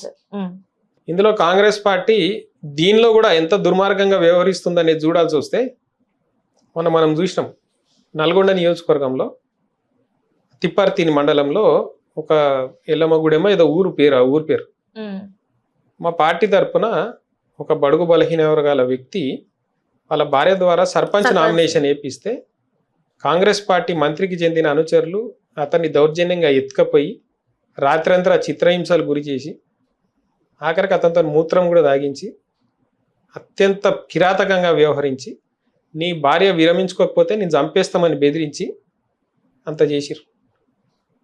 మొన్న మంచిర్యాల్లో స్వయాన పోలీస్ అడ్డం పెట్టుకుని వాళ్ళ ద్వారా మా అభ్యర్థుల్ని బలవంతాన ఎలక్షన్ ఆఫీసర్ దగ్గర తీసుకుపోయి విరమింపజేసిరు. ఇట్లా చాలా చాలా జరుగుతున్నాయి. కాబట్టి కాంగ్రెస్ పార్టీకి భయమే లేకుంటే వాళ్ళు ఎందుకు మా అభ్యర్థులను అడ్డుకోవాలి? వాళ్ళు ఎందుకు మా వాళ్ళని బలవంతాన విరమింపజేసే ప్రయత్నాలు చేయాలి? వాళ్ళు నిజంగానే వాళ్ళు చేసిన పనులు గొప్పగా ఉన్నాయి, ప్రజలు వాళ్ళని ఆదరిస్తారనుకుంటే ఎందుకు ఇటువంటి అవకతవకలకు పాల్పడాలి? ఎందుకు ఈ దౌర్జన్యాలకు తెరలేపాలి? ఎందుకు బడుగు బలహీన వర్గాల బిడ్డలను అణిచివేయాలి? మొన్న అయితే మరీ దారుణం. నిన్న ఆత్మహత్య చేసుకుంటే ఒక సర్పంచ్ అభ్యర్థి ఏంది అంటే కాంగ్రెస్ నాయకులు వేధిస్తుర్రు, భయపెడుతురు, అతన్ని ఏదో చేస్తామని చేస్తే తట్టుకోలేక అతను ఆత్మహత్య చేసుకో. మరి కాంగ్రెస్ పార్టీ వాళ్ళు నిజంగానే మంచిగా రేవంత్ రెడ్డి పాలన గొప్పగా ఉన్నది, కాంగ్రెస్ పార్టీ యొక్క గవర్నమెంట్ అన్ని సక్రమంగా చేస్తుంది అనుకుంటే వాళ్ళే గెలుస్తుండే కదా. ఇటువంటివన్నీ ఎందుకు తెరలేపాలి? అందులో వీళ్ళది కుటిలయత్నం ఇంకోటి ఏముంటుంది అంటే గెలిచిన వాళ్ళు ఎవరైనా సరే సింబల్ లెస్ ఎలక్షన్ కదా, గుంజి చేసుకుని మావాడే గెలిచిండు అంటారు. ఇప్పుడు మనం చూస్తుంటాం కొన్ని కాలేజీలు రిజల్ట్లు వచ్చినప్పుడు ఈ కాలేజ్ విద్యార్థిని కూడా ఆ కాలేజీలో ఫోటో వేసేసుకుని మా ద్వారానే ర్యాంక్ వచ్చింది అనుకుంటే వేసుకుంటారు. అట్లే ఉంటాయి ఇవి కూడా. మరి ఎందుకు సార్ మీరు ఇప్పుడు ఏదైతే రిజర్వేషన్ గురించి అక్కడ అంటే పార్టీ తరపున అయినా మేము 40% రిజర్వేషన్ ఇస్తా అని చెప్పిండ్రు, ఇప్పుడు తీరా చూసుకుంటే అది 17%కి వచ్చింది. మరి దీని గురించి ఎవరు ఎందుకు గట్టి మాట్లాడతారు? ఒక కేటీఆర్ గారు ఫస్ట్ లో మాట్లాడారు, ఆ తర్వాత ఇంతవరకు మాట్లాడలేదు. ఎందుకు మాట్లాడలే అంటారు? మరి ఎందుకు మాట్లాడలేదమ్మా? మేము చేయాల్సిన పోరాటాలు ఎన్ని చేయాలో అన్ని చేస్తున్నాం. కాకపోతే ఇప్పుడు మెయిన్ స్ట్రీమ్ మీడియా ఉన్నది, మెయిన్ స్ట్రీమ్ మీడియా మేము చేసిన పోరాటాలు ఎంతవరకు చూపిస్తుంది? అధికార పార్టీ తాయిలాలకు ఆశించో ఇంకోటో వాళ్ళు ఈరోజు ఒక రకంగా చెప్పాలంటే జర్నలిస్టిక్ వాల్యూస్ అనేది ఏ స్థాయిలో ఉన్నాయో సమాజం చూస్తుంది. మెయిన్ స్ట్రీమ్ మీడియా కంటే కూడా సోషల్ మీడియానే నమ్ముకునే పరిస్థితి వచ్చింది. ఇప్పుడు ఒక ప్రధాన ప్రతిపక్ష నేత రాష్ట్రంలో ఒక కుంభకోణం జరుగుతోంది, దానిపైన విచారణ జరగాలి, ఇంత నష్టం జరుగుతోంది సమాజానికి అనుకుంటా మాట్లాడుతుంటే ఎన్ని ఛానల్ కవర్ చేస్తాయి? అవి ఒక లెక్క దిద్దాం. ప్రతి ఛానల్ ప్రతిపక్షాలు చేసే ఉద్యమాలకి ఎంత కవరేజ్ ఇస్తుంది, లేకపోతే అధికార పక్షానికి ఎంత ఇస్తుంది? అందుకని ఈరోజు మీడియా సంస్థలను నమ్ముకుని ప్రజలు ముందుకు పోయే పరిస్థితి లేరు. ఎవరికి ప్రతి ఒక్కరికి నిజాలు తక్షణం తెలిసేందుకు వాట్సాప్లు ఉన్నాయి, లేకపోతే ఇతరతర మాధ్యమాలు ఉన్నాయి, వాటిని నమ్ముకుంటారు. కాబట్టి ప్రజలు చూస్తలేరు లేకపోతే ఎక్కడన్నా కనిపిస్తలేరు అని ఎవరైనా అనుకుంటే అది తప్పే అంటారు. తప్పకుండా తప్పే. అండ్ ఇప్పుడు తెలంగాణలో 2 అంశాలు బాగా గట్టిగా వినిపిస్తున్నాయి. ఒకటేమో పవన్ కళ్యాణ్ చేసిన వ్యాఖ్యలు, అండ్ ఇంకొకటి ఇక్కడ రవీంద్ర భారతిలో బాలసుబ్రహ్మణ్యం గారి విగ్రహ ఏదైతే ప్రతిష్టాపించిందో దాని గురించి మాట్లాడుతున్నారు. దీని మీద మీ స్పందన ఏంటి సార్? అసలు తప్పకుండా పవన్ కళ్యాణ్ గారు మాట్లాడిన వ్యాఖ్యలను మా పార్టీ తీవ్రంగా ఖండించింది. కాకపోతే పవన్ కళ్యాణ్ అనే వ్యక్తి గురించి ఈ రోజు కాదు, మేము మొదటి నుంచి చెప్తున్నాం. ఒక నిలకడ లేని వ్యక్తి, ఒక సిద్ధాంతం లేని వ్యక్తి, ఒక వ్యక్తిత్వం లేని వ్యక్తి ఎవరైనా ఉన్నారంటే పవన్ కళ్యాణ్. మీ పార్టీ నుంచి 2 వ్యక్తులు మాత్రమే స్పందించారు కదా సార్. ఇప్పుడు చూస్తే మీరు బీఆర్ఎస్ పార్టీ అంటేనే తెలంగాణ గురించి పోరాటం చేసి తెలంగాణ తీసుకొచ్చింది, అట్లాంటి తెలంగాణకు తక్కువ చేసి మాట్లాడుతుంటే ఒక 2 వ్యక్తులు. బీఆర్ఎస్ పార్టీ 60 లక్షల సభ్యత్వం కలిగిన పార్టీ. ఇప్పుడు ప్రతిరోజు ఎవడో ఒకడు ఎక్కడో చోట మురుగుతూనే ఉంటాడు. అంత మాత్రం చేత 60 లక్షల మంది వచ్చి మాట్లాడతారా? మా పార్టీ కార్యాలయంలో కూర్చొని ప్రెస్ మీట్ పెట్టి దాన్ని అడ్రస్ చేసిరంటేనే అది పార్టీ అభిప్రాయంగా మనం అందరం కన్సిడర్ చేయాలి. చేసినాం. పవన్ కళ్యాణ్ కంటే కూడా ముఖ్యమైన ఎన్నో సమస్యలు ఉన్నాయి ఈరోజు ఇక్కడ. వాటిపైన మా పోరాటం ఎక్కువ ఉంటుంది. ఒక స్థాయి వరకు చేసి దాన్ని వదిలేస్తాం. ఎందుకంటే ఇటువంటివి అనేక మంది, ఇప్పుడు మొన్న మధ్య ఎవడో ఉన్నాడు ఆంధ్రప్రదేశ్లో ఒక మంత్రి, వాడు ఎవడో పేరు కూడా గుర్తొస్తలే నాకు, వాడు ఆ గద్దముక్కులోడు మనల్ని ఇన్ని మాటలు అన్నాడు అని కూడా కేసీఆర్ అన్నాడు. ఇప్పుడు అట్లాంటి ప్రతి ఒక్క చిల్లరోళ్ళ మాటల గురించి రోజంతా ఇదే పెట్టుకుంటే ఇక్కడ ప్రజా సమస్యలు ఎవరు మాట్లాడాలి? ఈ రోజుకి యూరియా కోసం రైతులు లైన్లో నిలబడి అందక తీవ్రమైన ఇబ్బందులు పడుతున్నారు. వాటిపైన ఎవరు మాట్లాడాలి?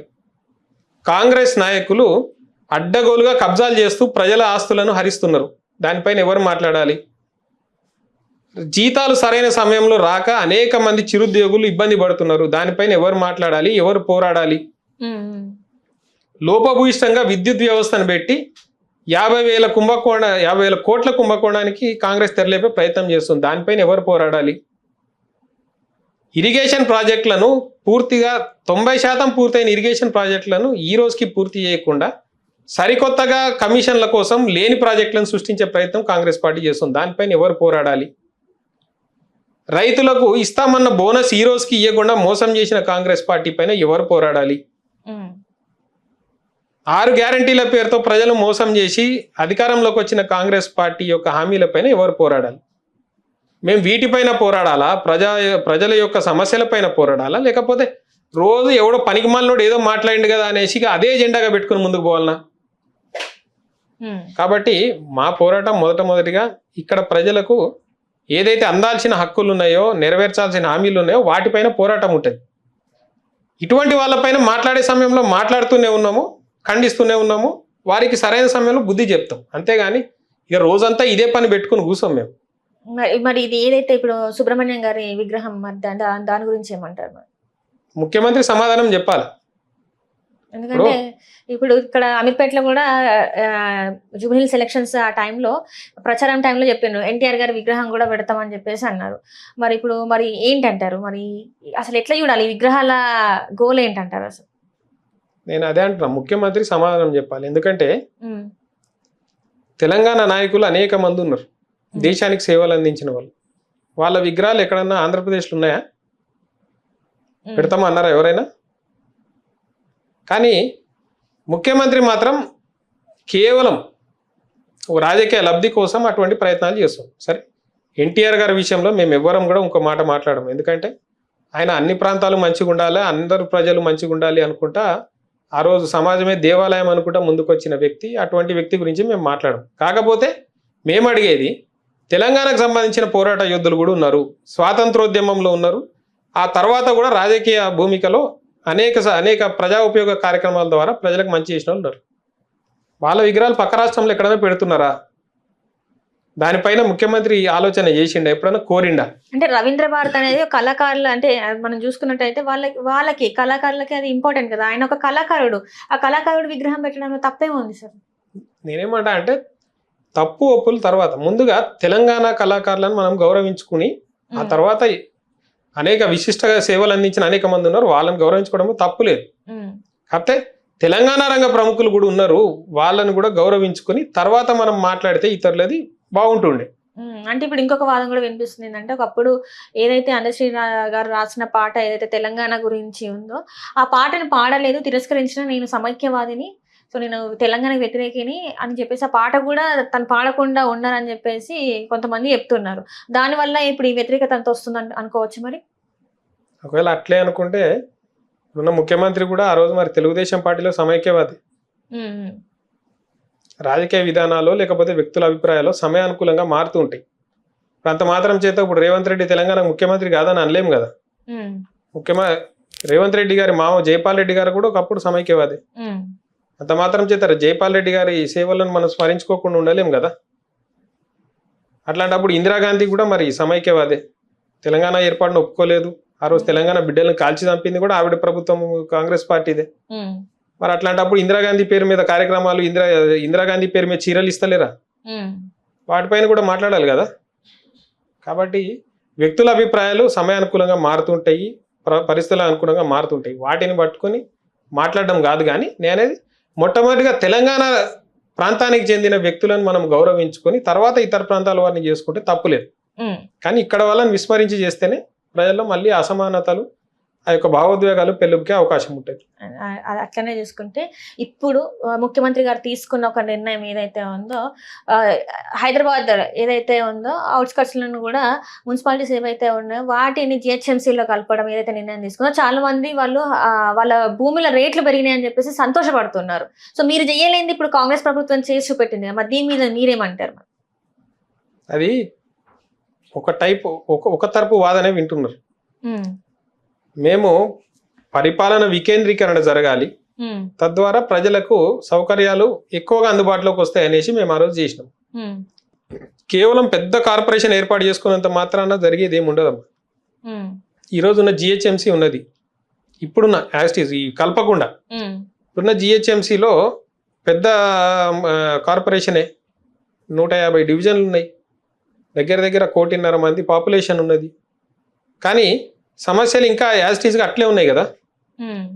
అంత పెద్ద జిహెచ్ఎంసీ ఉండగానే ఇది గాంధీ ఇప్పుడు ఆ సరౌండింగ్ మున్సిపాలిటీస్ అన్ని కలిసి, అన్ని గ్రామాలు, అన్ని మున్సిపాలిటీలు, అన్ని కార్పొరేషన్లు కలిసి దీనిలోకి వస్తే ఇంకా ఏం గొప్పగా జరగబోతుంది? జరగదంటారా ఏమి? ఇప్పటి వరకు ఇప్పుడు ఉప్పల్ వరకే ఉండే హైదరాబాద్ అంటే, గట్కేసర్ వరకు ముందుకు వెళ్ళింది, వాళ్ళ ల్యాండ్ రేట్స్ పెరిగినాయి, ఇంకా వాళ్ళకి ఆదాయం పెరిగినట్టే కదా సార్, కాదంటారా? ల్యాండ్ రేట్స్ పెరిగినాయి అనేసి మీరు అంటున్నారు, కానీ రియల్ ఎస్టేటే పడిపోయింది అనేసి అందరూ బాధపడుతున్నారు. ఎందుకంటే ఈ ప్రభుత్వం యొక్క చేసే అభివృద్ధి కార్యక్రమాలు ఏవి కూడా పెద్దగా లేవు. జనరల్గా అభివృద్ధి ఎక్కువ జరిగినప్పుడే అక్కడ డెవలప్మెంట్ ఎక్కువ జరుగుతుంది. బయట నుంచి వచ్చి ఎవడైనా ఇక్కడ కొనుగోలు చేసేది ఎందుకు, ఈ నగరం అభివృద్ధి చెందుతోంది కాబట్టి నేను ఇక్కడ కొనుగోలు చేస్తా అంటున్నారు. కానీ ఈరోజు రియల్ ఎస్టేట్ మొత్తం పడిపోయింది అనేసి మీరు ఎవరిని పోయి అడిగినా చెప్తారు వాళ్ళు. రెండోది పరిపాలన వికేంద్రీకరణ అనేది జరగాలి. మేము అందుకే చిన్న జిల్లాలు ఏర్పాటు చేసింది అందుకే కదా. ఒకప్పుడు నల్లగొండ జిల్లా, ఉమ్మడి నల్లగొండ జిల్లా ఎంత పెద్దగా ఉండేదంటే కలెక్టర్ ఆఫీస్కి పోవాలంటే ఎవరికైనా మినిమం 3 గంటలు పట్టేది, బస్సులో పోవాలన్నా ఏదన్నా. ఈరోజు వాటిని మేమేం చేసినాము, యాదాద్రి భువనగిరి, నల్లగొండ, తర్వాత ఈ సూర్యాపేట ఇట్లా జిల్లాలు ఇది చేసే వరకు ఇప్పుడు ఎవరైనా సరే కలెక్టరేట్కి పోవాలంటే గంటలో వెళ్ళిపోవచ్చు ఎక్కడి నుంచైనా. వాళ్ళకి ఆ కలెక్టర్ అందుబాటులో ఉంటాడు. ఎక్కువ మంది ప్రజలు వచ్చేసి అందరూ ఒకటే చోట గుమిగూడే బదులు కేవలం ఆయా సెగ్మెంట్లకు సంబంధించిన వాళ్ళు అక్కడే కలిసేదానికి ఎక్కువ అవకాశం ఉండే. ఎస్పీ ఆఫీసులు అట్లే చేసినాం, కమిషనరేట్లు అట్లే చేసినాం. కాబట్టి వికేంద్రీకరణ చేసే దిశగా మేము పోయినాం. వీళ్ళేమో మొత్తం అన్ని తీసుకొచ్చి మళ్ళీ గంపగుతూ ఒకటే చోట పెడతామంటారు. ఇప్పుడు రేపు ఎక్కడైనా సమస్య వచ్చింది, ఈరోజు మనం చూసినాం ఆల్రెడీ కొంతమంది మమ్మల్ని ఆ జోన్లో కలపొద్దు మాకు చాలా దూరం అవుతుంది, మమ్మల్ని ఈ జోన్లో కలపొద్దు మాకు చాలా దూరం అవుతుంది అని కూడా గొడవ పెడుతురు. అవన్నీ రేపు ఎట్లా వీళ్ళు దాన్ని పరిష్కరిస్తారు? ఇప్పుడు రేపు గట్కేసర్ నుంచి ఎవరైనా జిహెచ్ఎంసీ ఆఫీస్కి వచ్చి వాడి సమస్య చెప్పుకోవాలంటే ఎన్ని కిలోమీటర్లు రావాలి, ఎంత దూరం రావాలి? అక్కడి నుంచి గట్కేసర్ నుంచి ఈడ మనకి హిమాయత్ నగర్ వరకు రానికి ఎంత సమయం పడుతుందమ్మా? ట్రాఫిక్లో వాళ్ళు రావాలంటే వాళ్ళకి ఎంత ఇబ్బంది కలగాల? కాబట్టి ఏదో నేను కలిపేశాను చేసేస్తున్నాను అంటే దాని అర్థం కాదు. దానివల్ల ఎంత మేలు జరుగుతుంది ప్రజలు అనేది చూడాలి. ఈరోజు వాటిని కలపడం వల్ల, గ్రామాలను మున్సిపాలిటీని కలపడం వల్ల వాళ్ళపైన పన్నులు పెరుగుతాయా లేవా? కార్పొరేషన్లో ఉండే పన్ను వేరు, గ్రామంలో ఉండే పన్ను వేరు. అవును. వాళ్ళపైన పన్నులు పెరుగుతాయి కదా. కానీ అదే స్థాయిలో వాళ్ళకి అభివృద్ధి కనిపిస్తుందా అంటే మళ్ళీ అది గ్యారంటీ చెప్పలేం మనం. ఎందుకంటే ఇప్పుడున్న నగరంలోనే మనం చూసుకుంటే అనేక సమస్యలు తాండవిస్తున్నాయి ఈ రోజు కూడా. బస్తీల్లో సకాలంలో ఏదైతే ఊడ్చిన చెత్తని తీయడానికి కూడా సరైన యంత్రాంగం లేదు. మీరు ఈ నాతో వస్తే ఈ రోజుకి చూపిస్తాను నేను. కొట్టేసిన చెట్లు ఈ రోజుకి రోడ్డు మీద నెల నుంచి పడున్నాయి. చెట్ల కొమ్మలు అవి ఎండిపోయి కూడా అట్లే ఉన్నాయి కదా, వాడిని ఈ రోజు తీసే ఇది లేదు. అట్లా ఎక్కువ ఒక చోట ఉంటేనే కదా ఈ దోమలు అనేవి పెరిగేది. దోమలు పెరిగి వ్యాధులు సంక్రమించి ఇటువంటివి అయ్యేది. అట్లనే చూస్తే ఇప్పుడు ఏదైతే ఇప్పుడు global summit 8th 9th Modi గారిని కూడా పిలుస్తున్నట్టు మరి తెలుస్తుంది, మనకి చెప్పేశారు కూడా. సో ఇట్లాంటి సమ్మిట్లు పెడుతున్నారంటే అది కూడా ఫోర్త్ సిటీలో పెడుతున్నారంటే ఇప్పుడు మన కాంగ్రెస్ అంటే ఇప్పుడు రేవంత్ రెడ్డి ఒక మెట్టు ఎక్కినట్టే కదా సార్. తప్పకుండా ఒక మెట్టు ఎక్కిండు. తన భూముల రేట్లు పెంచుకునేందుకు ఒక మెట్టు ఎక్కిండు ఆయన. అట్లా ఎట్లా అంటారు సార్? తన భూముల రేట్లు మాత్రమే పెరుగుతాయి అంటారా? ఇప్పుడు ఇక్కడ తెలంగాణ 4th సిటీ అనేది అసలు ఎక్కడ ఉన్నదమ్మా? శ్రీశైలం. దానికి ఈ రోజు వరకు ఒక రూపు ఉన్నదా? దానికి ఈ రోజు వరకు ఒక రూపు ఉన్నదా? ఈ సమ్మిట్ పేరుతోని దానికి దారులు వేసుకుంటుడు. సరే, అది వేరే విషయం. కానీ 4th సిటీకి నేను మెట్రో తీసుకపోతా అంటాడు. ఈ శ్రీశైలం హైవే ఇప్పుడు అదే కదా, శ్రీశైలం హైవే సైడ్ మనకి 4th సిటీ ఉంది. ఇంతకుముందు ఉన్న ప్రభుత్వం అంటే మీ హయాంలో ఉన్నప్పుడు దాన్ని ఫార్మా సిటీ అనేవాళ్ళు. ఇప్పుడు ఆయనేమో 4th సిటీ అని చెప్పేసి చెప్తున్నారు. అదే మరి నేను ఏమంటున్నా, అసలు ఈ రోజుకి ఒక రూపు లేనిది, దానికి ఒక నిర్దిష్టమైన ప్రణాళిక లేనిది, దాన్ని పట్టుకొని నేను 4th సిటీ అనుకుంటా అక్కడ గ్లోబల్ సమ్మిట్ పేరుతో అడావిడి చేస్తాను. ఎందుకు? తద్వారా తన భూముల రేట్లు ఇప్పటికే అక్కడ అందరు చెప్పుకునేది ఆ చుట్టుపక్కల ఉన్న భూములు అన్ని సరే వీళ్ళ కుటుంబమే కొనేసింది, నయానో భయానో కొనేసింది. వాటి రేట్లు పెంచుకోనికి ఈరోజు ఆ ప్రయత్నాలు చేస్తున్నారు అనేది అందరికీ తెలిసిన విషయం. సరే, తెలంగాణకి గ్లోబల్ సమ్మిట్ ద్వారా పరిశ్రమలు వచ్చి ఇక్కడ యువకులకు ఉపాధి లభించిందంటే సంతోషిస్తాం మేము. కానీ ఉన్న ప్రణాళికలను అన్నింటినీ పక్కన పడేసి లేని దానికోసం నేను కొన్ని లక్షల కోట్లు ఖర్చు పెడతా అంటే దాన్ని ఎట్లా హర్షిస్తాం? ఇప్పుడు తెలంగాణలో అనేక సమస్యలు ఉన్నాయి, వాటిని పరిష్కరించడానికి వీళ్ళకి సమయం లేదు, లేకపోతే నిధులు లేవు. ఏమనంటే నన్ను కోసుక తింటారా, నా దగ్గర నిధులు లేవు అంటాడు. నిధులు లేవు అన్నప్పుడు నువ్వు 4th సిటీ నేను దానికోసం 1,00,000 కోట్లు ఖర్చు పెడతాను ఎట్లా చెప్తావు? ఒక దిక్కు సకాలంలో ఉద్యోగులకు జీతాలు ఇయ్యలేవు, వాళ్ళకి డిమాండ్లను పరిష్కరించడానికి డబ్బులు లేవంటావు, లేకపోతే నాకు ఇంతకంటే ఎక్కువ ఆదాయం లేదు, నన్ను ఏం చేసినా నేనేం చేయలేను అనుకుంటా మాట్లాడతావు. కానీ ఇంకో పక్కన 1,50,000 కోట్లతోని నేను మూసీ సుందరీకరణ చేస్తా అంటాడు. మూసీ సుందరీకరణకి 1,50,000 కోట్లు చేయడం అవసరమా? ముందుగా ప్రజలకు కావాల్సినవి అందజేయడం అవసరమా? ఈరోజు ఆసుపత్రులు కట్టడానికి ఈ ప్రభుత్వానికి కొత్తగా ఇటువంటి ప్రణాళిక లేదు. మా హయాంలో నగరానికి 4 దిక్కుల 4 సూపర్ స్పెషాలిటీ హాస్పిటల్స్కి మేము శంకుస్థాపన చేసినాము. పనులు కూడా దగ్గర 90% పూర్తయినాయి. ఆ మిగిలిన పనులు పూర్తి చేసి వాటిని ప్రజలకు అందుబాటులోకి తీసుకురావడం వీళ్ళకి చేతనైతలేదు. పోనీ కొత్తగా ఏదో స్కూల్స్ కడతాము అన్నారు, వాటికి మోడల్ స్కూల్స్ నిధులు ఎక్కడి నుంచి సమీకరిస్తారు? ఒక పక్కన డబ్బులు లేవంటున్నావు, ఇంకో దిక్కేమో ప్రజలకు ఇచ్చిన హామీలు ఉన్నాయి, అవి ఎప్పుడు నెరవేరుస్తాడు? ఇప్పుడు ఆసరా పింఛన్లు ఉన్నాయి, మేము 2,000 ఇచ్చినాం. కాంగ్రెస్ 200 ఇస్తే మేము 2,000 ఇచ్చినాం. నువ్వు 4,000 ఇస్తాను, ఎప్పుడు ఇస్తావు? ప్రజలకు అవి అదొకటి చెప్పాలి కదా. ప్రతి మహిళకి నెలకి 2,500 రూపాయలు ఇస్తాడు, ఎప్పుడు ఇస్తాడు? దానిపైన చెప్పాలి కదా. కౌలు రైతులకు 15,000 రైతు బంధు ఇస్తా అన్నాడు, ఎప్పుడు ఇస్తావు? వ్యవసాయ కూలీలకు 12,000 ఇస్తాను, ఎప్పుడు ఇస్తావు? ఉద్యమకారులకు గుర్తింపు కార్డుని ఇస్తా, ఇంటి స్థలం ఇస్తా, నెలకి 25,000 పెన్షన్ ఇస్తా అన్నావు, ఎప్పుడు ఇస్తావు? కళ్యాణ లక్ష్మితో పాటు తులం బంగారం ఇస్తా అన్నావు, ఎప్పుడు ఇస్తారు? చదువుకునే ప్రతి విద్యార్థినికి ఒక స్కూటీ ఇస్తా అన్నాడు, ఎప్పుడు ఇస్తాడు? నిరుద్యోగ భృతి 4,000 రూపాయలు ఇస్తా అన్నాడు, ఎప్పుడు ఇస్తాడు? ఇట్లా చెప్పుకుంటా పోతే 420 హామీలు ఉన్నాయి, 420 హామీస్ ఇల్లాయి. అవన్నీ ఎప్పుడు నెరవేరుస్తావు? వాటి నెరవేర్చి తెలంగాణకి సంక్షేమాన్ని అదేవిధంగా అభివృద్ధిని అందిస్తావా, లేకపోతే కేవలం నీ యొక్క ప్రైవేటు సామ్రాజ్యంలాగా దీన్ని ట్రీట్ చేస్తూ నీ ఖజానా నింపుకోనికి మూసీ సుందరీకరణ లేకపోతే 4th సిటీ అనుకుంటా వాటి మీద ఖర్చు పెడతావా?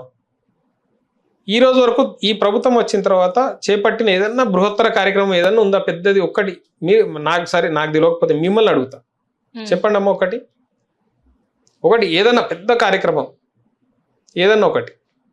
ఎందుకు ఇప్పుడు మిస్ ఇండియా ఇక్కడ చేసిన ఇంటర్నేషనల్ థింగ్స్ తీసుకొచ్చి ఇక్కడ చేశారు. దానివల్ల తెలంగాణకు వచ్చిన మేలు ఏంటో చెప్పండి నాకు. అంటే తెలంగాణకు వచ్చిన వీలు ఏంటంటే ఇప్పుడు దావోస్కి వెళ్ళి తను ఇండస్ట్రీస్ ని తీసుకొస్తా అన్నా అని చెప్పేసి అన్నారు. లాస్ట్ టైం వెళ్ళినప్పుడు తీసుకొస్తా అన్నారు.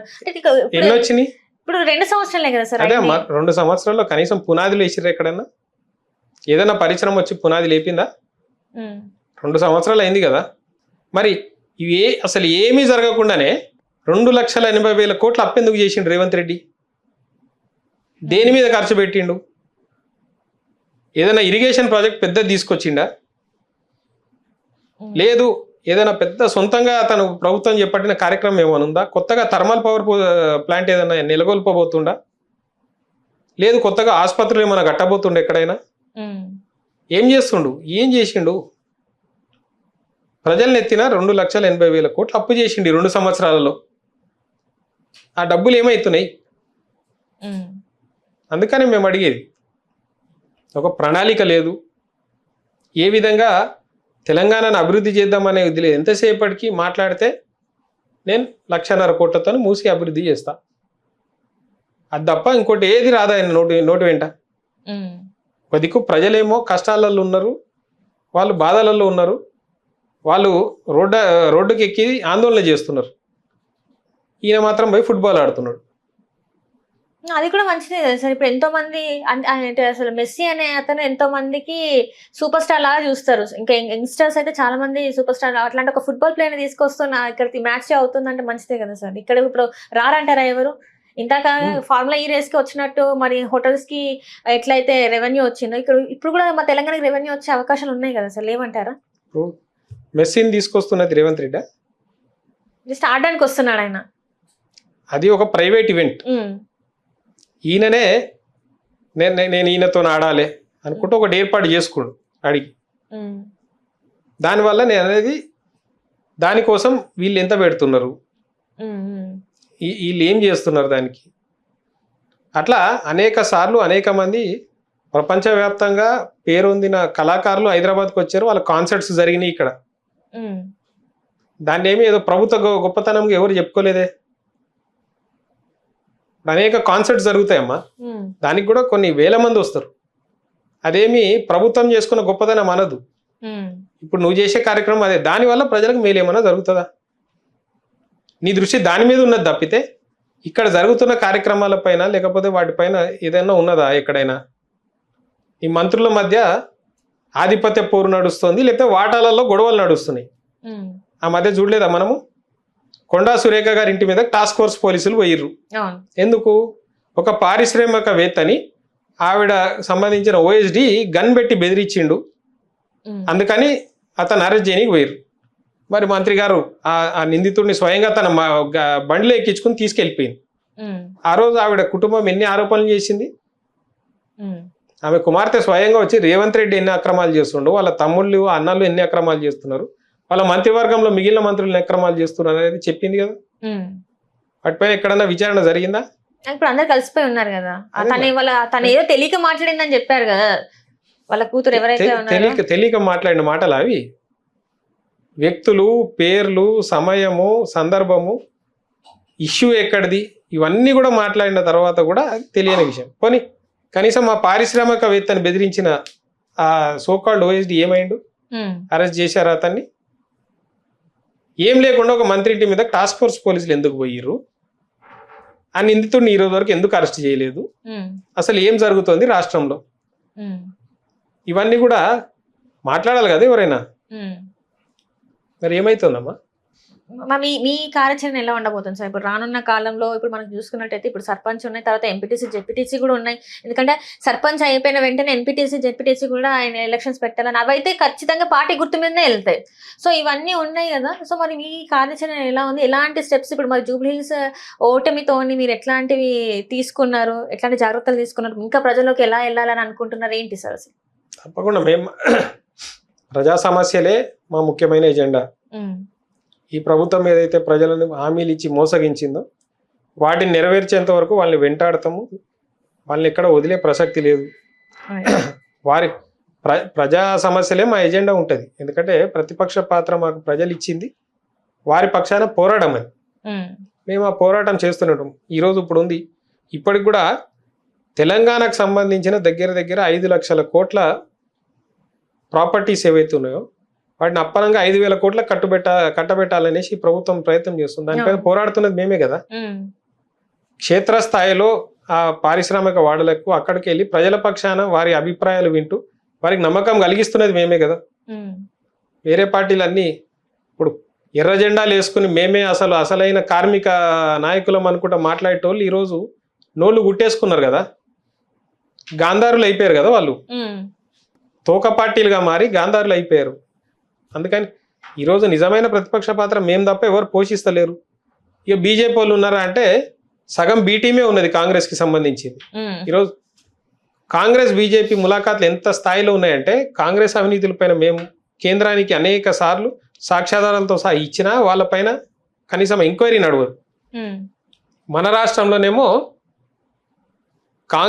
బీజేపీ ఎంపీ అసైన్డ్ భూములు తన పేరు మీద చేయించుకున్నాడు, ప్రభుత్వం మారిన తర్వాత ఆ ప్రక్రియ జరిగింది, దానిపైన విచారణ చేయాలనేసి కొట్లాడితే ఈరోజు వరకు దానిపై నివేదిక రాదు.